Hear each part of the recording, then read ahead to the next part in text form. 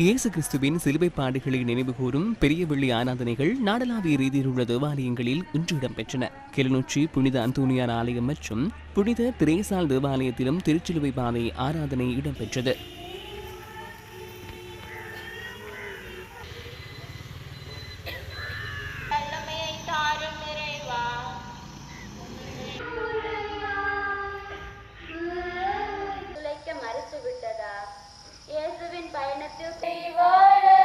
மூதூர் இருதயபுரம் இருதயநாதர் தேவாலயத்திலும் திருச்சிலுவை பாதை ஆராதனை இடம்பெற்றது.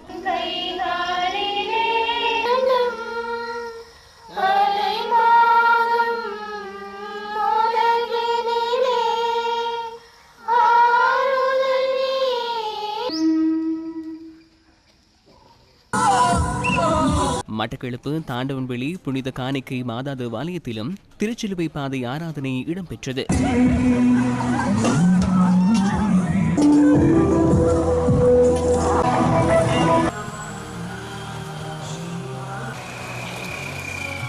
தேற்றாத்தீவு புனித யூதா ததேயு தேவாலயத்திலும் திருச்சிலுவை பாதை ஆராதனை இன்று காலை இடம்பெற்றது.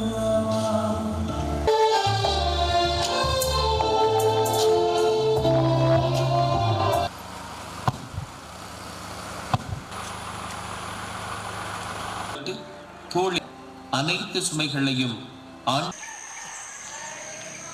தெனியாய என்சல்வத்த பெரிய தோட்டம் மடுமாதா ஆலயத்திலும் வெள்ளிக்கிழமை திருச்சிலுவை பாதை ஆராதனை இடம்பெற்றது.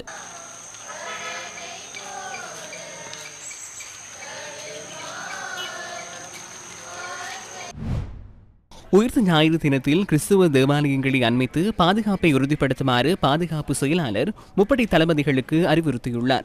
நேற்று இடம்பெற்ற விசேட கலந்துரையாடலின் போதே பாதுகாப்பு செயலாளர் ஏர்வைஸ் மார்ஷல் ஷம்பத் தியகொந்தா குறித்த ஆலோசனையை வழங்கியுள்ளார். மேலும் பொதுமக்கள் பாதுகாப்பு அமைச்சுடன் இணைந்து இது தொடர்பில் தேவையான நடவடிக்கைகளை முன்னெடுக்குமாறும் பாதுகாப்பு செயலாளர் இதன்போது ஆலோசனை வழங்கியுள்ளார்.